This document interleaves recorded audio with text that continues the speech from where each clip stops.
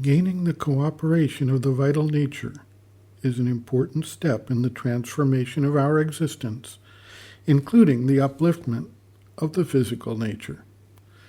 Once we have begun the process of observation of the vital nature, its habits, and its predilections, we can begin to implement various methodologies and techniques to reshape and redirect its energies.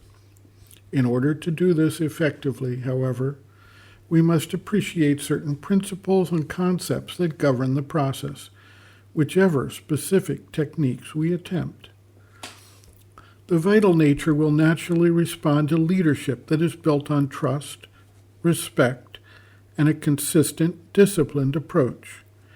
It will remember if it is allowed to go one way one day and another way another day, and it will then follow its own inclination, expecting to get a result consistent with what it has observed in the process.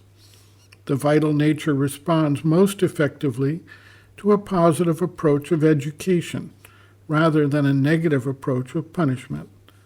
A cheerful, supportive encouragement is far superior to an approach based in instilling fear or utilizing pressure to suppress or outright deny the expression of the vital.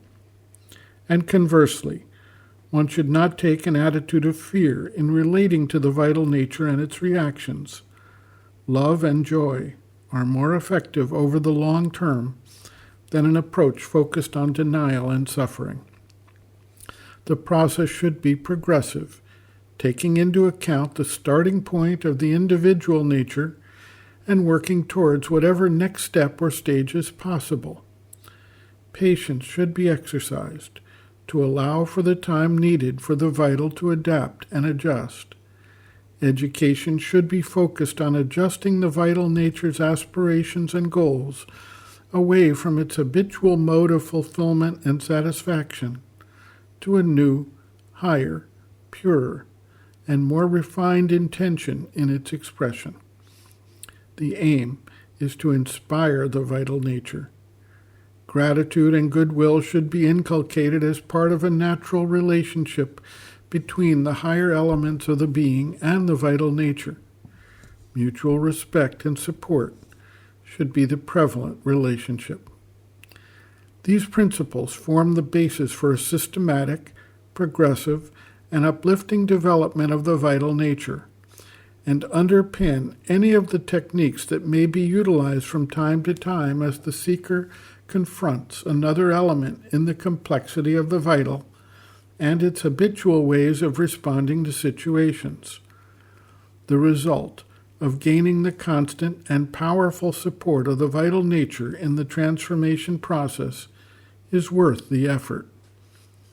The mother notes, quote, "Naturally, it is very difficult to establish a constant contact between the most external physical consciousness and the psychic consciousness.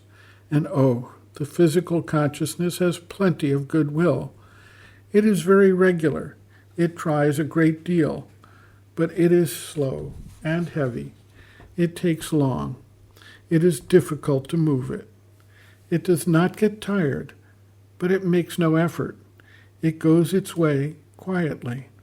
It can take centuries to put the external consciousness in contact with the psychic.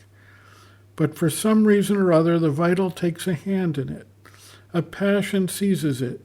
It wants this contact for some reason or other, which is not always a spiritual reason, but it wants this contact. It wants it with all its energy, all its strength, all its passion, all its fervor. In 3 months, the thing is done." End quote. Reference, Sri Aurobindo and the Mother, Powers Within, Chapter 17, The Vital, page 135.